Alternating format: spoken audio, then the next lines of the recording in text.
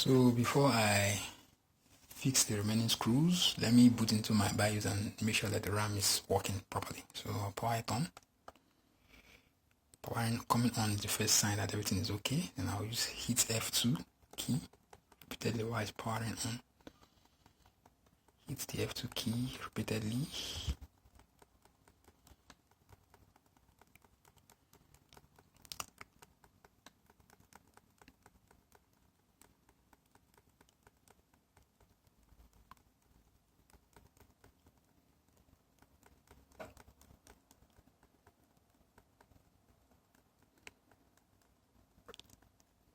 It's taking some time to power on.